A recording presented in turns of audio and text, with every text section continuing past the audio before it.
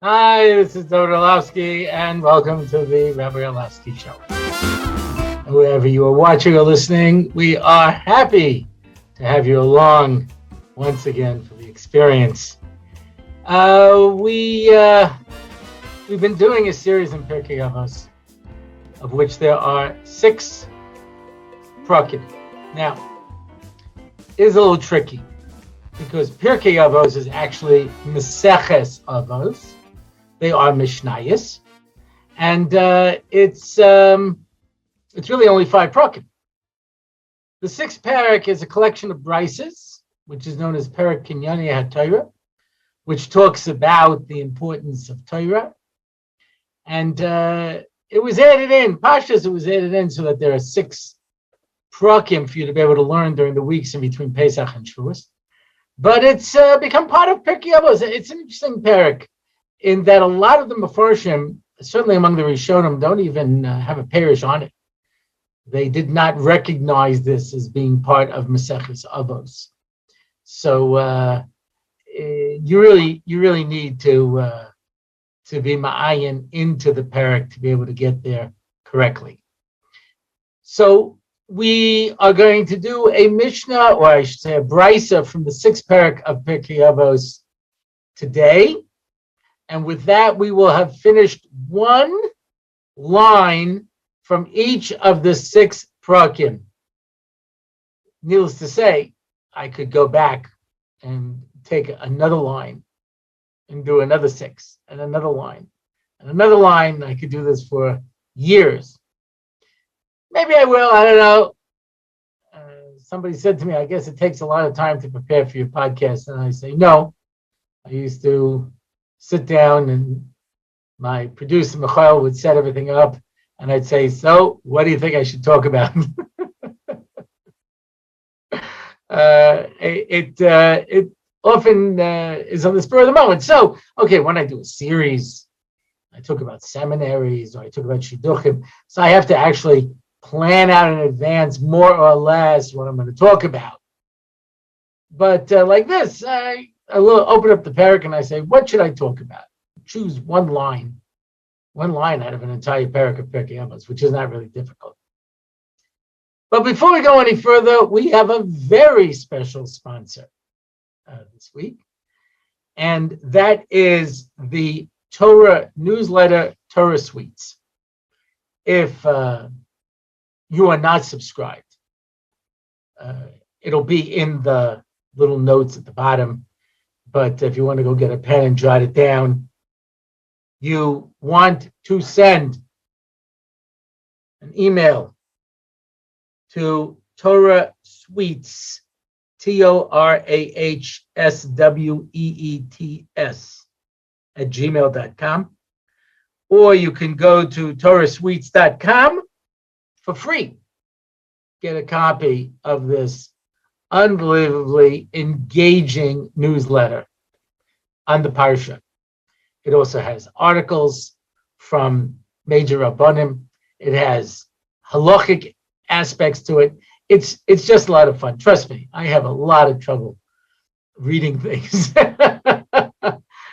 Those of you who have sent me emails and I have not answered them yet, it's no reflection on you. It's just, it's the ADD. It's not to concentrate. But I have to say that every Parsha article always opens with the most fascinating joke. I consider myself a bit of a connoisseur when it comes to these things, and I've stolen them, laugh out loud. The Torah, I have to admit that he often quotes me, because the author, Mendel Berlin, was a Talmud of mine in Or Sameach, a close, dear friend. He holds the distinction of being the only person who managed to impersonate me in a Purim spiel. Purim spiels, I've mentioned this in the past, that I think they're extremely important because they let you say things that need to be said in a way that needs to be said, and that you can't normally say unless you're doing something like that. I've mentioned in the past the kechels, because the the kichels because they're a comic strip. They can say a lot of things that we live action people can't. As I pointed out in the past, I am in fact a cartoon character, Rabbi Sitter in the Torah Life videos. So I know what it is to have an alter ego who's animation. So I've seen different people impersonate me over the years. I'm really hard to get down because to capture that refined Long Island accent that I have, not easy, not an easy thing to do. But in any event, so Mendel did me in the Osmech porn play. I still quote his impersonation of me to this day. So, but this is a lot of fun. It's a lot of fun. It's been around for a decade, 10 years. I don't know. I have to tell you, full disclosure, online, I don't know if you can get all of the past newsletters, but they're on the parsha and they're halacha. These things don't really get old. So you can pick up some of the ones in the past, and they're just as meaningful and enjoyable as the ones that are coming out today. It's a lot of work, trust me. It's a lot of work. And you should really look into it. He's actually putting together a book. 10 years. The newsletter is a tremendous amount of material. And he's coming out with a book.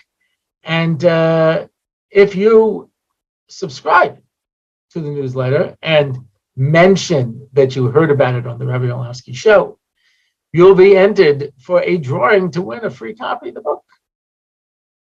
So you can't really do better than that. Oh my gosh, the newsletter is free, and you may get a free book on top of it. And what can I tell you? The best things in life are free. God does for free, we do for free. What a wonderful thing that is. It's an interesting thing that every now and then wonderful people like Mendel agree to sponsor this. But the truth is, I started this. There was talk at the beginning of having a subscription and things like that. And I felt that if I have an opportunity to be Marbitz Torah, and so what if my parnos has gone down the drain? By the way, we are considering corporate advertisements. So if you are a corporation, you want to, advertise your product, we will consider it here on the Rabbi Orlofsky show. Anyway, needless to say, I'll do my commercials with the same level of enthusiasm. But anyway, so subscribe to the newsletter. There's a lot of wonderful things in there, a lot of quotes from me, great jokes, fascinating stories, thought-provoking. And anyone who subscribes and gets the newsletter quickly becomes hooked on it. So Torah Sweets, because that's really what it is. It makes Torah sweet. Okay, so the sixth parak of Pirkei Avos, action-packed. Action-packed. I'm going to go to the end. Yeah. Sometimes I take the first Mishnah. I'm going to go all the way to the end.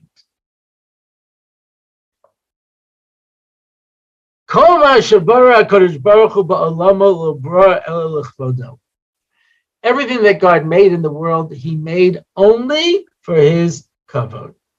Shenema kol nikra b'shmi l'chvodi bo receive yitzartiv af asisiv v'yom Hashem yimloch li'olam vayed. So everything that Kodesh Baruch Hu created in the world, He created for His own kavod. That's a problem. Does Kodesh Baruch Hu need anything? Kodesh Baruch Hu is infinite. Doesn't need you to serve Him. Doesn't need you to daven. Doesn't need you to eat a matzah. From His point of view, it really doesn't bother Him if you eat a ham sandwich. He doesn't have emotions. He's remarkably stable. Doesn't go through mood swings. It's all part of being infinite.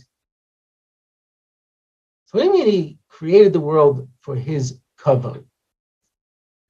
We're coming down towards Elul Rosh Hashanah time. So I'll throw in this idea as well. We say on Rosh Hashanah, what is our avoda? To be mamlich HaKadosh Baruch, to make Hashem king.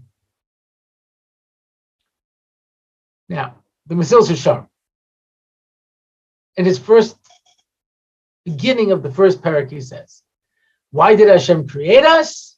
Why did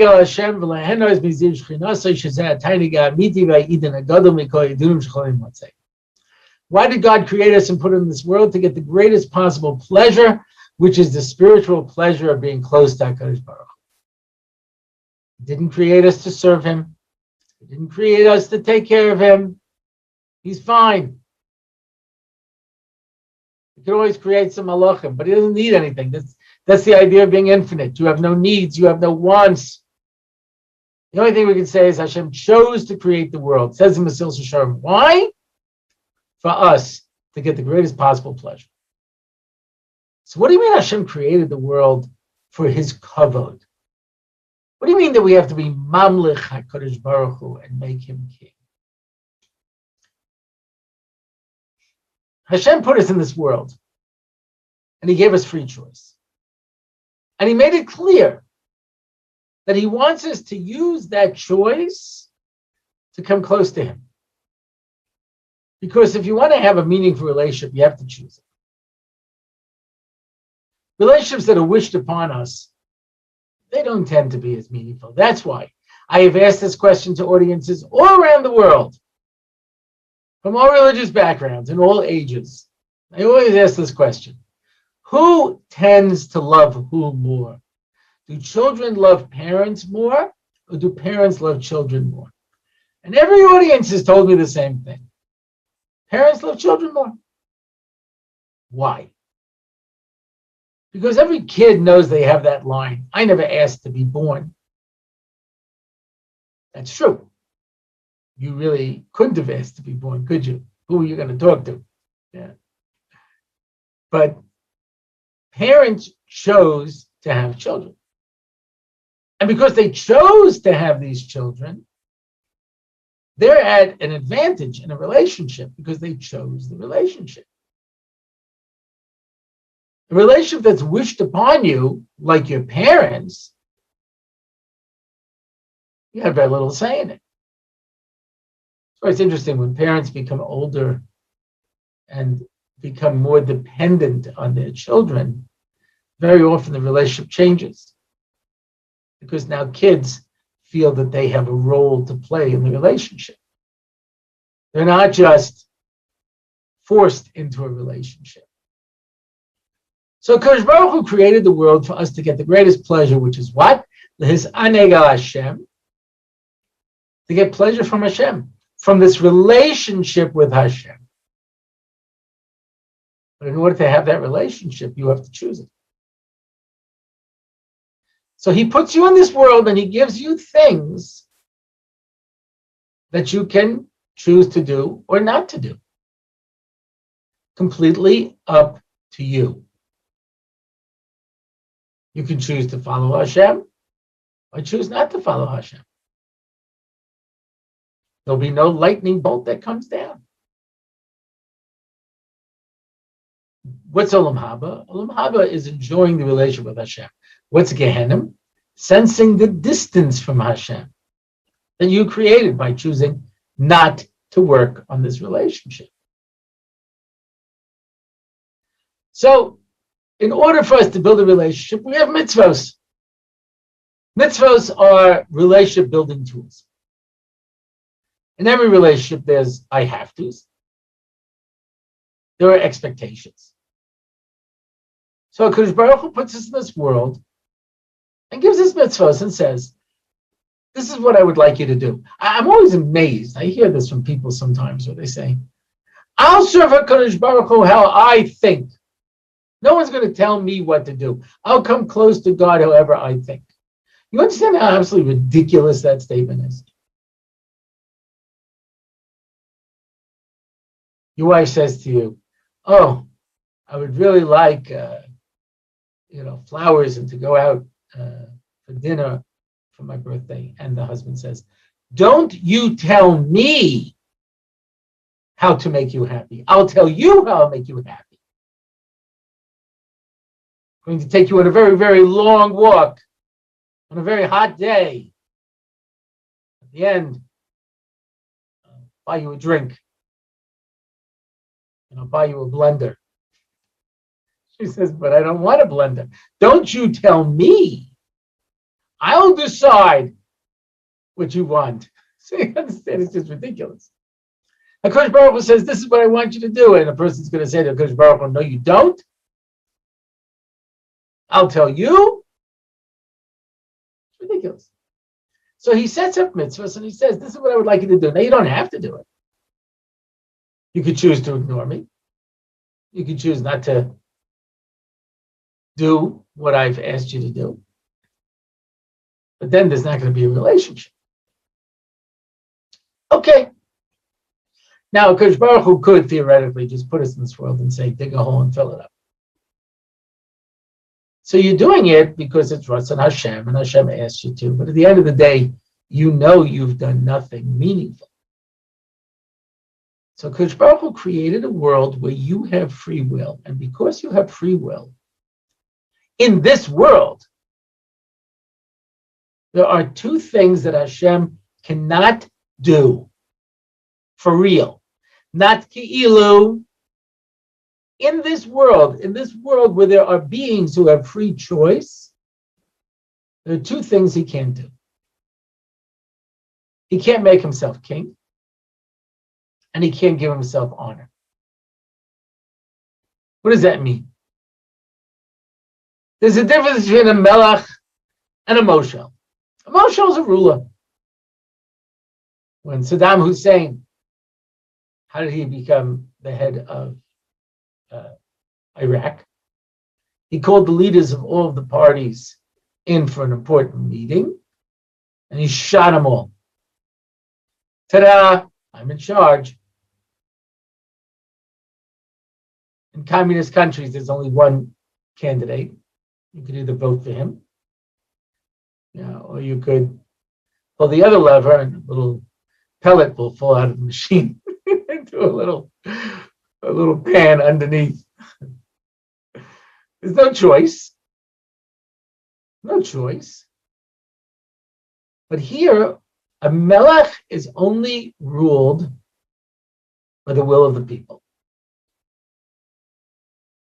As was explained so well in that documentary on the subject that came out, I guess it was 30 years ago, maybe 40 years ago, called Monty Python and the Holy Grail.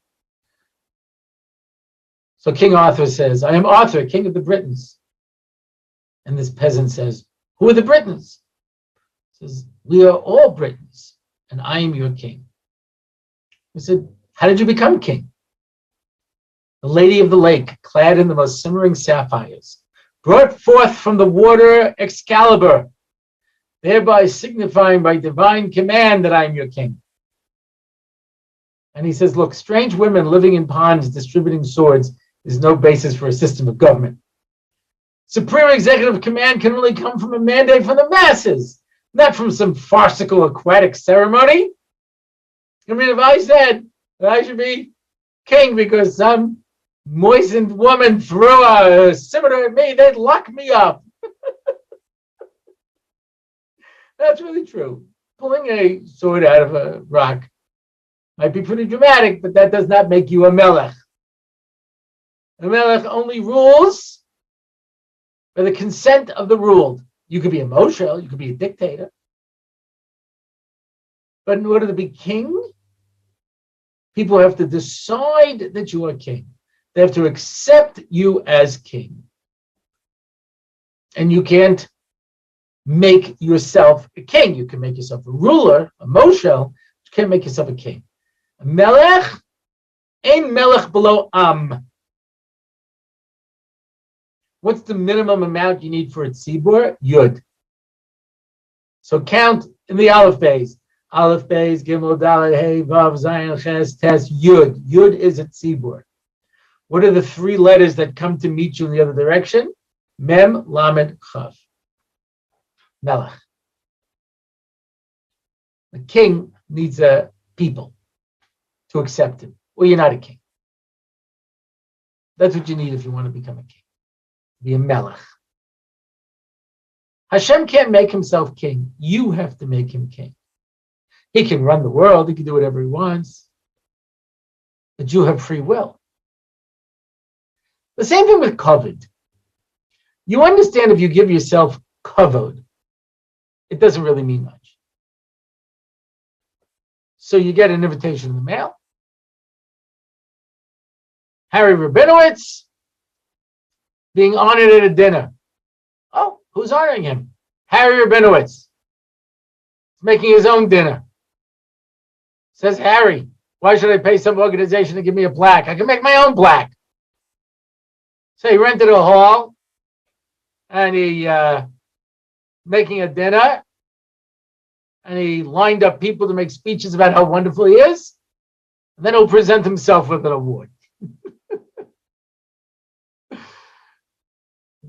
Moshe Shapiro tells the story that, sometimes when an important person is coming, they take an ad out in one of the from newspapers here in Israel. Ari Balayir.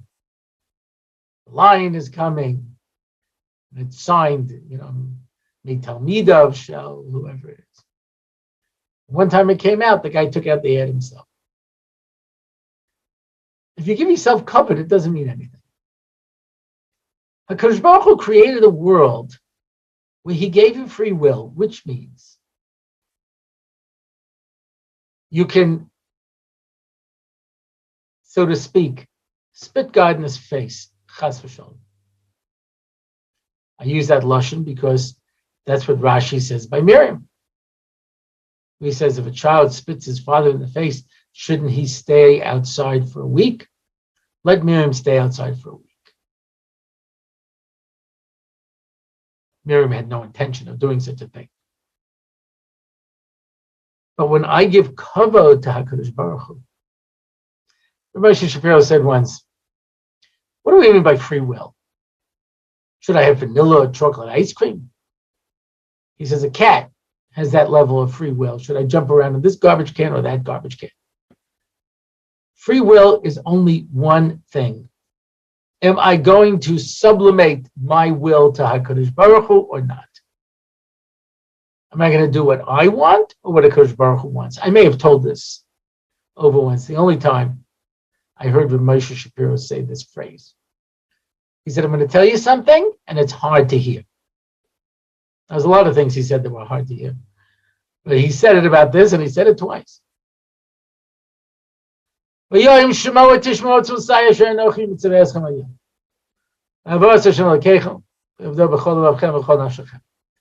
you serve the Lord your God with all your heart, with all your soul, then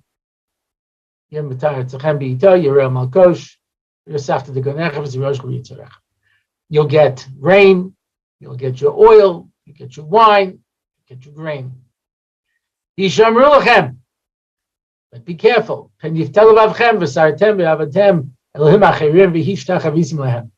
Lest your heart turn away and you serve other gods and bow down to them. Then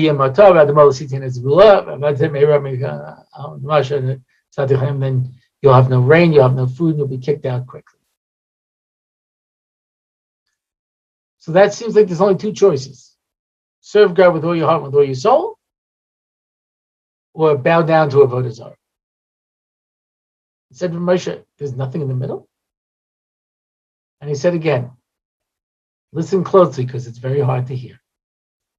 Either God is God 100% or he's not God at all.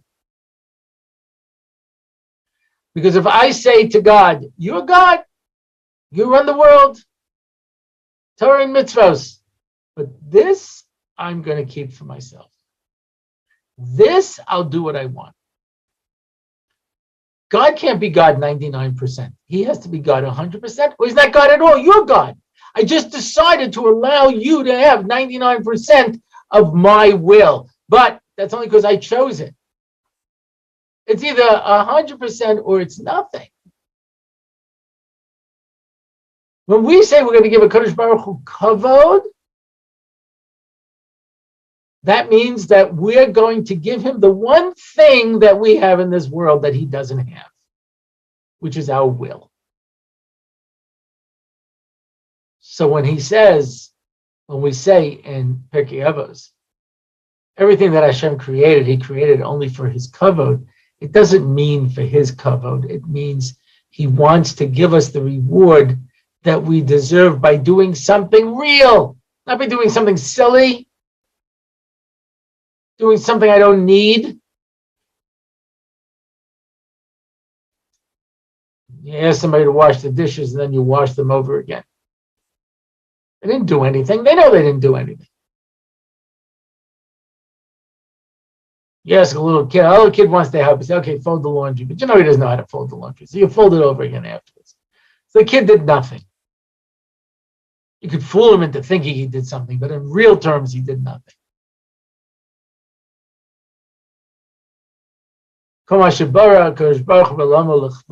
Means he put you in this world to do something for real. To give Hashem kavod, to give your will to a Kadosh Baruch Hu. You don't have to. You can do what you want. And as much as you decide, I don't want Kadosh Baruch Hu to get my will, and that's it. You have not fulfilled the purpose of creation. At the end of your life, when you get up to the next world, you don't have a relationship with the Kadosh Baruch Hu because I only gave you what I felt like giving you. I didn't give you real kavod. I didn't give you what's the opposite of kavod? Zilzul. Kaved is heavy. Zal is light. Zalzel is leaves that blow around. Not important to me. So when you talk about giving kavod, you understand that. That's it. The only thing in this world is a Kadosh Baruch Hu. Ein od milvadai. I think I told this story recently. If so, I apologize for repeating. I went to Moshe Shapiro after the Twin Towers went down. Anybody would listen, he said, this is Gog Magog. This is it. This is the end. It's time for us to get ourselves together. So at the time, I was teaching in Or Sameach. I said, okay, well, these guys come in and they don't really know anything. And we slowly ease them into a Torah lifestyle. So should I tell them, listen, that's done now, okay? We're at the end of time. It's fish or cut bait, okay? You're going to have to become firm like right now. And he gave me a look like he would give me from time to time. Some people he would scream at them. Never me. Somebody observed once, they said, it's amazing. Moshe always is so nice to you. Why is that? I said, because he knows that, I'm just a little baby, and if he screams at me, I won't get upset. I'll just die. I'll literally die. So he gave me a look. I didn't say anything. And as I was leaving, he says, B'vadai. Certainly, we have to keep doing what we're doing. I'm talking about up here. Ein od milvadai. There is nothing in the world but Hashem. It's a mindset. It's an approach that we have to have. That's the key to everything. The Brisker Rav, and the Briskers are not really into Kabbalah. But the Brisker Rav, when he had to escape from the Nazis, he knew that as long as he concentrated on Ein od milvadai, they couldn't harm him. And there are different stories of miraculous things that took place. Ein od milvadai. There's nothing in the world but a Kadosh Baruch Hu. And if you recognize that and you give him that kavod and you make him the melech, then you have something that you did in this world, so to speak, for a Kadosh Baruch Hu that he can't do for himself. He can't give himself kavod. He can't make himself the king. Only you can. Ain't no milavadai. And even if I may fall short in other areas, up here, I can always keep that thought in my head. There's nothing in this world but a Kadosh Baruch Hu. Amazing concept. I've mentioned this in the past. And Henoch Leibowitz, the Tzar, who was the Shiva of Chavetz Chaim, he said it's possible for a guy to sit and learn in Kollel a whole day and never once think about a Kadosh Baruch Hu. It's possible for people to daven and not think about a Kadosh Baruch Hu. I always say that. I say, let's pretend that he really exists. Sometimes from people say to me, I know God exists, I just don't believe it. But you're doing Shemona Esrei, Baruch Atah Hashem, and there he is. Oh my God! I mean, that's you. Well, who'd you think you were davening to? Nobody really. I never thought about it. There he is. Shavisi Hashem Lenegdi Tamid. He's really there. He's for real. And so, by giving my ratzon over to HaKadosh Baruch Hu, that doesn't mean we're not going to make mistakes and we're not going to fall short. But it's up here. I live my life in this world to give kavod to Hashem. Not for anything else. Rabbi Heller told the story where her daughter was teaching someplace. And one of the teachers was expecting. And her first child was born with many, many disabilities, physical handicaps and things. And so one of the other teachers, in a show of empathy, said, aren't you afraid this baby's going to be sick also? The woman looked at her and said, they're not my children, they're Hashem's children. And whatever he gives me, I'm going to take. It's not about me. I'm here to do Ratzon Hashem. I'm here to give kavod to HaKadosh Baruch Hu. I'm here to take the children that he gives me and raise them the best way that I can. Life's not fair. If you haven't figured that out yet, you must be one of my younger listeners. Life's not fair. Otherwise, I'd be like 6'2", muscular. I'm going to pump you up. I remember everything. Wouldn't have any learning disabilities. Yeah. I'd have a couple of $1 billion. Life's not fair. Some people get the money, some people get the brains, some people get the looks. Some people like me get that acerbic personality. That's the line that Mendel used to do, that he did in the Purim spiel, that in my house we still quote. Somebody, I was giving a shir and I'm telling jokes, etc., and then somebody like says, yeah, isn't that like whatever it is? And I go to him, oh yeah? You think I like getting interrupted in the middle of a sentence? Now I've mastered that. Not everybody has. Somebody was at my house for Shabbos and I said, you know, my name in German means Iron Man. No, meant like goldsmith, like a goldsmith, you know, Iron Man is that. But, you know, me, of course. He says, my name in German means Iron Man. I said, really? Because Orlofsky in Polish means Captain America. He said, really? I said, no.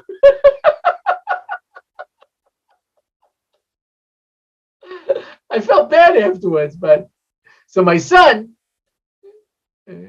he says, someone asked me, how did you learn to get so sarcastic? And I said, I went to sarcasm school. And they said, really? And I said, no.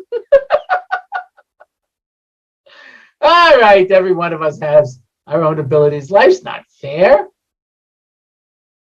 You play the hand you dealt. Doesn't make a difference. Superman can fly, burn things with his eyes. He's invulnerable. Batman is a psychopath who dresses up like a bat. He obviously snapped when he saw his parents, killed in front of him, and he just became insane. Yeah, you have to be crazy to just look at that. Throw batarangs at people. And that's it.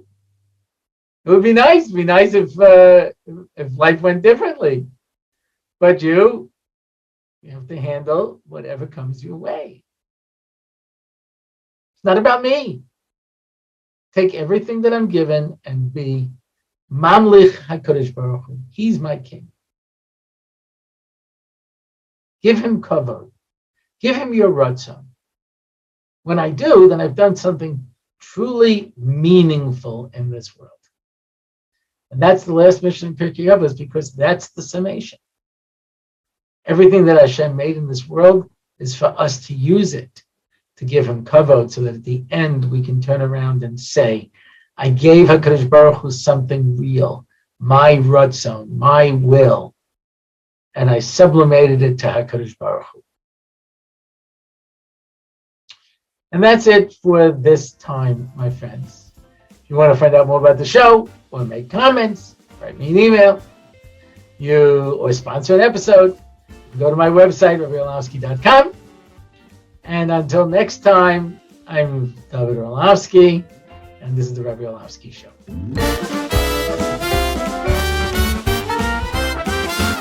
It's the Rabbi Orlofsky Show. Torah and Simcha, ready to go. The Rabbi Orlofsky Show. Knowledge and wisdom will help you grow. Lots of fun in every episode, and we don't have to rhyme. No, we don't. It's the Rabbi Orlofsky Show on RabbiOrlofsky.com. Torah anytime, YouTube and more. It's the Rabbi Orlofsky Show. Torah and Simcha, ready to go. It's the Rabbi Orlofsky Show. Till next time, till we meet again, it's the Rabbi Orlofsky Show. It's the Rabbi Orlofsky Show. It's the Rabbi Orlofsky Show.